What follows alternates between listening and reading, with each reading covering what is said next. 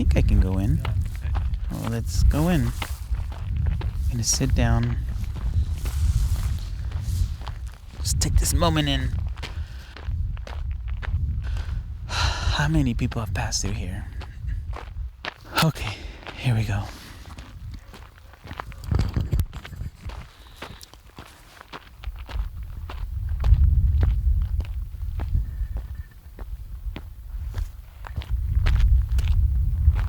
Thank you for letting me come into your home and your place. And I respect you and your place. Thank you. I respect your land and thank you for allowing me to visit.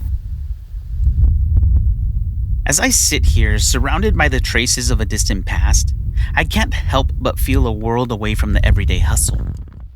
I'm at Wupatki National Monument in Arizona. Out here, there's no phone buzzing, no emails to answer. Out here, there's finally space to breathe, to think, to really connect. This place is so vast and remote, holds a powerful link to a time and people whose legacy is still alive in every stone and every gust of wind. The significance of what this land represents, the stories, the lives, the history, still lingers in the air.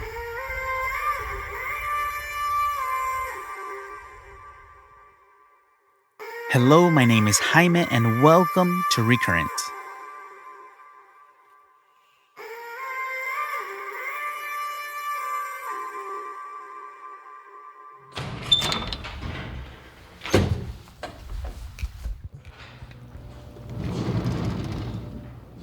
For me, visiting Wupatki is more than just another visit to a historical landmark. It's also deeply personal. My mom, who found so much peace in the outdoors, made her last big trip to the surrounding area here when she was still healthy enough to travel. It was a trip that unfortunately I couldn't make with her, but now I can almost feel her beside me here, reminding me of what's important. As I walk these trails, though, it's clear this place holds meaning way beyond just my own story. Wupatki is a site with deep historical and cultural roots. And to really get a sense of its importance, I talked with Frank Matero, professor of architecture and historic preservation, who heads up the historic preservation department at the Weitzman School of Design at the University of Pennsylvania. He also is the director for the Center for Architectural Conservation. Frank joined me remotely from his home in Pennsylvania. We were set to meet in person at Wupatki when I visited, but due to unforeseen circumstances, we couldn't connect in person. Despite this, our conversation was just as insightful.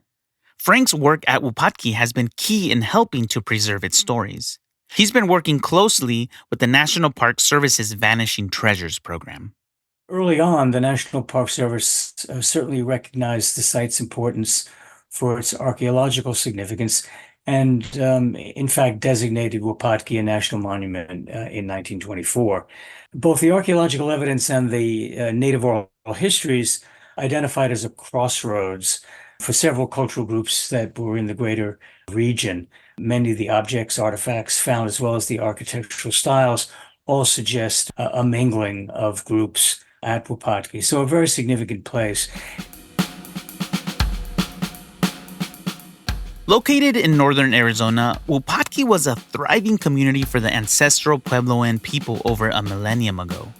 The climate was cooler and wetter than it is today, and as the community grew, small scattered homes gave way to larger pueblos surrounded by smaller pueblos and pit houses. The term Pueblo refers to both the settlements and the Native American tribes of the Pueblo peoples in the southwestern United States. People farmed and traded all kinds of exotic items like turquoise, shell, jewelry, copper bells, and even parrots. Wupatki really blossomed as a meeting place for different cultures, and you can see this in the ball court they built.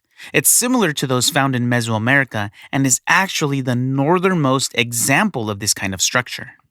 Wupatki is mainly known today for its 104-room pueblo, which is a kind of building and which stands as a testament to the ingenuity of its builders. It's the largest freestanding pueblo in northern Arizona, and the tallest part of this structure rises about 3 stories high. It's setting in that very small red canyon. The architecture of the pueblo is made of the same stone. It rises out of the canyon. Picture a small apartment or office building in your community today.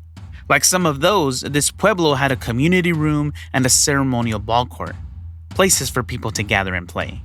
Now, while it might not soar into the sky like a skyscraper, over 800 years ago, this was an impressive feat of engineering. Constructed without modern tools, the ancestral Puebloans used stone, soil, and water to create a structure that still commands attention. As I walked through Wupatki, I was struck by how seamlessly the walls, made from the local Moenkopi sandstone, with that distinct red color, blend right into the desert landscape. It feels like the whole place is inviting you to relax and feel at home in nature. And then in that great black sand desert, due to the volcanic eruption in 12th century. Frank is talking about the impact of the eruption of Sunset Crater, about 17 miles south of Wupatki. After that event, a lot of families left that area to look for a new place to settle because their homes were lost to ash and lava. The initial draw to the area we now know as Wupatki was due to the fertile conditions created by that volcanic eruption. The volcanic ash helped retain moisture in the soil. But an inevitable change happened.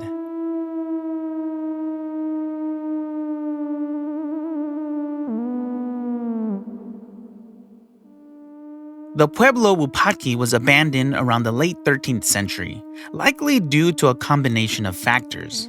As the population grew, the demand for resources like water, firewood, and fertile land increased. Over time, these essential resources may have been depleted, making it hard for people to survive and prompting them to seek out more sustainable living conditions elsewhere. And then there was climate change. Over time, the climate in the region became drier and less predictable. And for many indigenous cultures, movement and migration are deeply rooted in spiritual beliefs. Leaving Wupatki could have been influenced by these cultural practices, seeing migration as a way to live in harmony with the land. Despite these challenges, the legacy of Wupatki endures. But, all of these sites are ancestral sites to contemporary Native American communities. So each is unique in its own way in terms of its relationship to those communities. And in this case, we have 13 acknowledged affiliated Native American pueblos who claim ancestry. Keshe koton lagi dikinawa o kevon ku yai tileshina hamano dio yato kya ko down toa ko awan chatla. Hello, good afternoon. My name is Kevin Kuyaiti. I come from the Pueblo of Zuni. How we reference the Pueblo in our language is Halona Itiwana. I also represent the son and child of corn clans, and appreciate the time and the space for being here. Going back into how I see Wupatki as an importance culturally, it's a part of our history in the physical aspect of where our people migrated. I had been in communication with Kevin up until my trip to Wupatki. Then suddenly, radio silence from him. We had originally planned to meet at Wupatki for him to give me a tour. I was worried, but still felt confident that somehow we would meet or at least talk through Zoom. When Kevin and I couldn't connect as planned, I decided to tour Wupatki and its surrounding area by myself. Exploring the site alone turned out to be exactly what I needed. I left Wupatki feeling refreshed and happy from the experience, yet a little nervous as I was unsure of who I would interview next. As I sat in downtown Flagstaff, eating pizza and reflecting on the day, my phone buzzed with a text message. It was Kevin. He wrote that he was on his way to Flagstaff to meet me. I let out a huge sigh of relief. I met up with Kevin to really understand the cultural and spiritual significance of Wupatki. Kevin was friendly, respectful, and brought a wisdom beyond his years. He wore his Ancestral Lands Conservation Corps beanie and looked every bit the outdoorsman. I felt an immediate sense of comfort. His presence put me at ease, and it was clear that he was deeply connected to the land, its stories, and its energy. He is a program manager at Ancestral Lands Conservation Corps, a program that engages underrepresented Indigenous youth and young adults in conservation service programs that reconnect participants to the land, their cultural heritage, and their traditions. The program's vision is to lead their nations back to ecological and cultural well-being. When we spoke, Kevin made it clear that Wupatki isn't just some old ruins. This site is still very much alive. The breath of the universe resides here at Wupatki National Monument. The blowhole is the epicenter of life for all living beings. The rocks, mortar, and empty rooms of the Pueblo are all living. Okay. Let me take my glasses off, but let's put my head over the blowhole. See what happens. Ooh, I can feel that. Didn't blow my hat off, but definitely can feel it. See if we can hear it.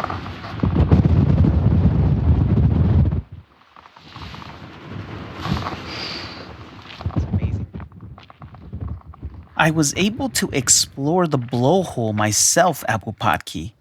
Not knowing what it was or what it represented yet, it was still impressive to feel and experience. When Kevin talks about the blowhole, he's talking about a natural vent. Wupatki National Monument is full of earth cracks, fissures, and vents, some of which connect to a vast underground system of caverns spanning over 7 billion cubic feet in volume. These cracks and vents breathe with the earth, pulling in air overnight and releasing it during the day. Locals often refer to them as blowholes because of the noticeable movement of air in and out. I don't know the exact science behind the blowhole, but for me, that's the knowledge that I can obtain to this day. Culturally, I see it existing because it's the breath. What we also call it's our windpipe. The blowhole at Wupatki isn't just a natural wonder. It's a living connection between earth and sky, a sacred breath that ties the past to the present. For the Hopi, Zuni, Dene, and Southern Paiute peoples, this vent holds deep spiritual significance. The Zuni call it where Mother Earth's breath is felt, seeing it as a powerful spot for seeking strength, meditation, and prayer.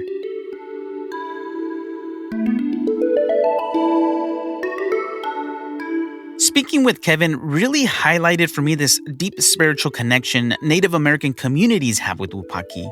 That's why preserving it is so important. It's about keeping that link to the past alive so future generations can tap into the wisdom and spirit of this place. But like so many ancient sites, Wupatki faces real and evolving threats that could put its survival at risk. Here's Frank Matero again. Well, look, like so many National Historic Sites, Wupatki suffers from insufficient funding, from staff shortages, and from deferred maintenance. Ruins conservation and management is a deceptive paradox, right? I mean, you have to do a lot to give the appearance of doing nothing. And Wupatki's no different. So the illusion of no change is a difficult feat, especially for standing ruins that require continual upkeep. But all archaeological sites, all ancestral sites have this common problem in that they are very difficult to maintain, as all standing ruins, because of the nature of their incompleteness, their fragmented form. And of course, the exposure at Wupatki is quite severe, the weather quite severe, and all of this takes a toll on what seems to be immutable. To understand how to protect Wupatki for the future, Frank and his team have really dug into the site's history. We use historical, what's called legacy data, historical photos, records. We look at past climate data. We look at how the site has been maintained over the years, what kinds of treatments were used, were they successful? We are using time lapse or time sequence photography to see where the snow falls, where the rain collects. Like human beings, each site is distinctive and unique in its own specific way. These sites may share materials, they may share construction methods. In fact, many of these standing ancestral Puebloan sites are more alike than they're different. But context is everything, and their specific context, their microenvironmental context, really determines how they are going to respond to this climate change. Could you share some of the specific preservation challenges that Wupatki faces and how these challenges influence the strategies you and your team employ? the effects of a changing climate are a new challenge, and one that all conservation professionals are facing now. And we're all scrambling to understand the effects. I mean, part of the problem is that we've not done a very good job of understanding how these sites have performed over time since their designation, and we need to catch up. And this has been foundational to our current work through the Getty Foundation grant to define a framework that considers what we call site vulnerability in terms of the materials that the buildings are made of, how they're constructed, their environmental context, which of course includes climate. It includes previous treatments and how the Park Service has maintained the site since the 1920s. And finally, climate change, a changing climate. The regional climate response, as the climate scientists know, is that the region will be getting hotter and drier. And then with seasonal moisture, that is occurring now with greater intensity. So I think these variations in the climate, what we have to think about is how these might challenge and push the threshold of the performance of the architecture as it was designed, built, used over time. You know, when Wupatki was built, when it was used, maintained, it was done in a predictable climate. You know, climate science is anticipatory science. We don't know what we need to know, and we don't know, where it's going because our data sets up till now are not reflective of what's to come. And so that's been really the biggest challenge.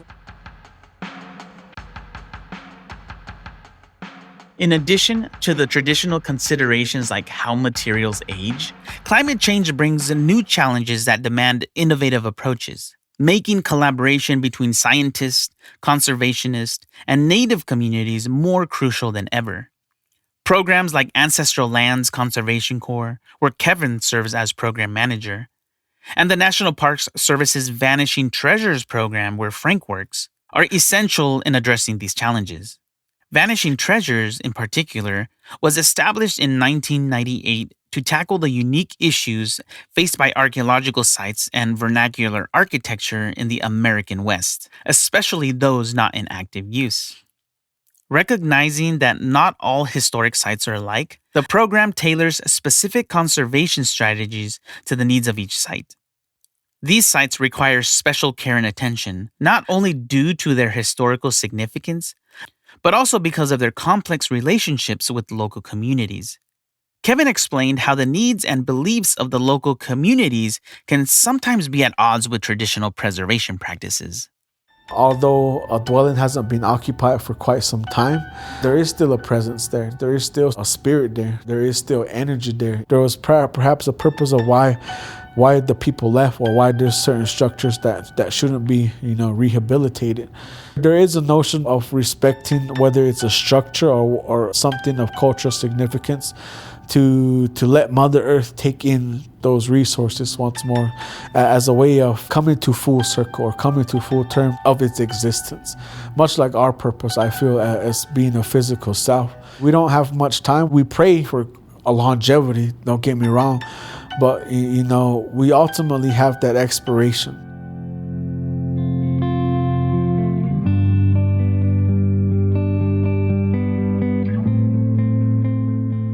For Kevin, the buildings are alive, and therefore one thought to honor that presence, that spirit and energy that is still there, would be to let certain buildings crumble and return to the earth. The collaboration and consultation with local native communities is a vital and delicate part of balancing conservation needs with the personal stories, history, and spiritual connections that tie a site to the people who've called it home for centuries. I asked Frank how he balances the physical conservation of the structures with the need to respect and honor the cultural connections. Well, the answer is a simple one. You do it through consultation. You do it through discussion and listening. For far too long, the power imbalance has been that, the designated stewards, the National Park Service or other agencies, have primarily felt the need to have the responsibility to answer all the questions. And through the process of consultation, I think we can achieve a much more equitable and sustainable way of conserving and managing these sites. And it's honestly, for ancestral sites, it's required by law. So I think, the legislation in reaching out to cultural partners has been a godsend. During our chat, Frank said something that really made me think. I think it's very important in the process. You talk about cultural sensitivity, that is all the difference between calling something a site and calling it a place. A place has meaning to, attendant communities who claim it as an ancestral site. Involving those communities with ancestral ties to a site turns ruins into a living, breathing place. But what does this consultation process look like in practice? Frank gave me an example. The request that was made in our case from the engineering team, who wanted to take cores of the walls for structural calculations. And although it would be the very best way to get the data that was needed from a scientific professional viewpoint, was not the best for Native partners who felt that form of investigation was very invasive and it was harmful. So in the process of consultation, we backed off from that request and found other means less destructive, in fact, non-destructive, to get the data. Preserving a site this way is a huge effort, and it demands a lot of resources. That's where partnerships like the one with Getty have been a game changer. Getty's support has brought resources that are usually hard to come by in conservation work. This has allowed the team at Wupatki to develop and implement a comprehensive conservation plan over 3 years, a process that most grant projects just can't afford. We rarely have these kinds of resources that the foundation provided to take a big step back and have the luxury of thinking through something like a model framework. Usually, and particularly in the Park Service's case, it's hurry up and fix it. We need to come up with a solution now. And this really gave us the time and the resources to put a team together. What I can say secondarily is that because archaeological sites are also have been for many years of great interest to the Getty Conservation Institute, the GCI, we've discussed partnerships in terms of bringing their expertise into the need for greater analysis of the materials of the site, in which these materials are changing in the face of climate. Working together, Getty and the preservation team at Wupatki have unlocked new opportunities for in-depth analysis and a clear understanding of the site's materials and preservation needs. Frank told me about some exciting work they're doing, integrating traditional knowledge and empowering Native communities as stewards of this important site. It's about respecting and revitalizing the skills and wisdom that have been passed down through generations. We're still exploring this relationship between traditional skills and what conservation brings as its own methodology and set of tools and approaches. Again, why this was such an important project for me personally. Not only were we partnering with Ancestral Lands Conservancy, which is responsible for bringing Native youth to these sites and instructing them in traditional ways and with traditional materials. What we wanted to do was look at that and see how it could intersect with both conservation principles and, where necessary, conservation practices and materials and methods. Wupatki is made up of 3 materials: stone, soil, and water. As a result, one of the best ways to stabilize, preserve, and conserve the site is to use those ingredients, particularly soil and stone. But we want to obviously pay attention to the authenticity of the site and not to add or remove anything that was placed there by the original builders. Very important. So the question was, how could we utilize skill sets related to traditional earth and mortar methods, stone laying methods. For example, a wall that might be leaning or a wall that is detaching, or voids have built up over time from water intrusion. One way they do it is by working with engineering partners from the University of Minnow, who use an earthen grouting technique that leaves the cavities of the walls undisturbed. In the end, they're using traditional materials in an untraditional way, in a way not used by the builders, but which honors them and honors conservation principles.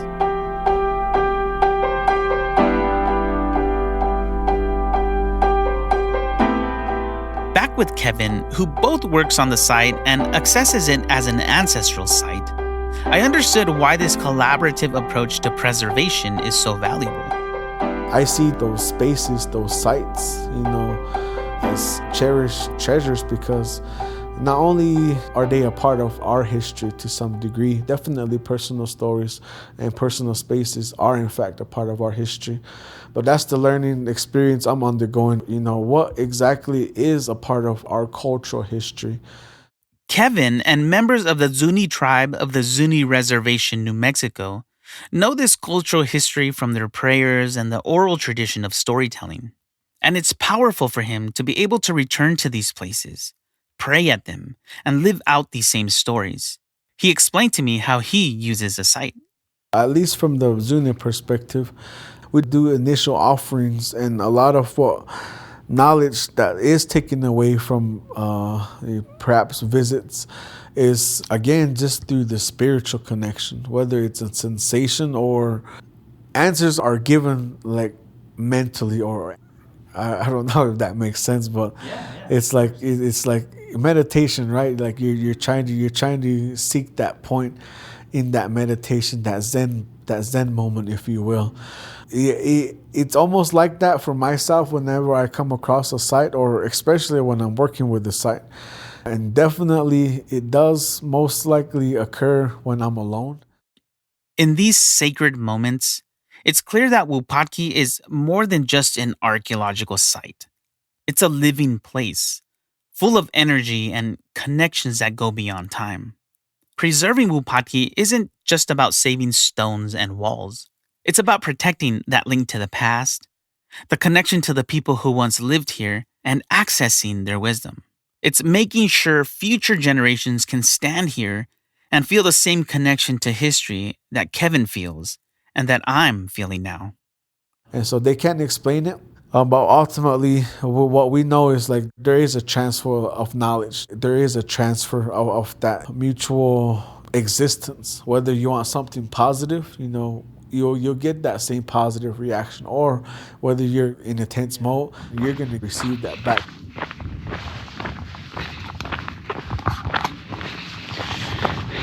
There's something about being in a place. I don't know, it's just, something about being out in nature and learning about a place, still being undeveloped, untouched, but I just feel incredibly grateful to feel, there's a feeling here. I can't explain it, but it's just, you feel, at least I feel at peace. I feel connected, like to nature. In episode 1, I talked about, losing my mom.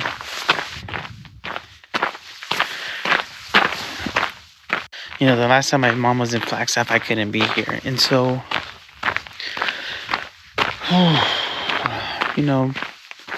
even just knowing that she was in, that city, knowing that she loved this type of stuff, makes me feel connected to her.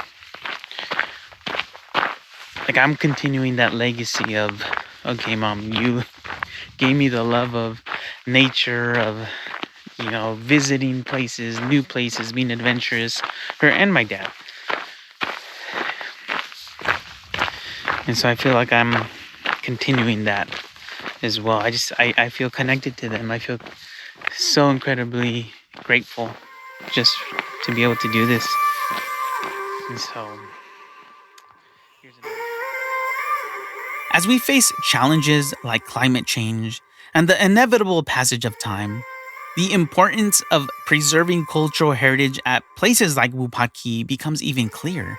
This place might appear empty and abandoned today, but it's far from forgotten. There are 13 native communities that hold deep ties to Wupatki. Countless stories, lives, and families are connected to this land. Even though it is no longer physically occupied, it is remembered and cared for. The Hopi believe that the people who lived and died here remain as spiritual guardians watching over the site. Stories of Wupatki are passed on among the Navajo, Zuni, and other Native American tribes in the region. Thanks to programs like Ancestral Lands and Vanishing Treasures and the support of the Getty Foundation, we're not just preserving old structures, we're protecting the cultural heritage of Wupatki, ensuring its legacy continues to inspire and connect us all, now and in the future.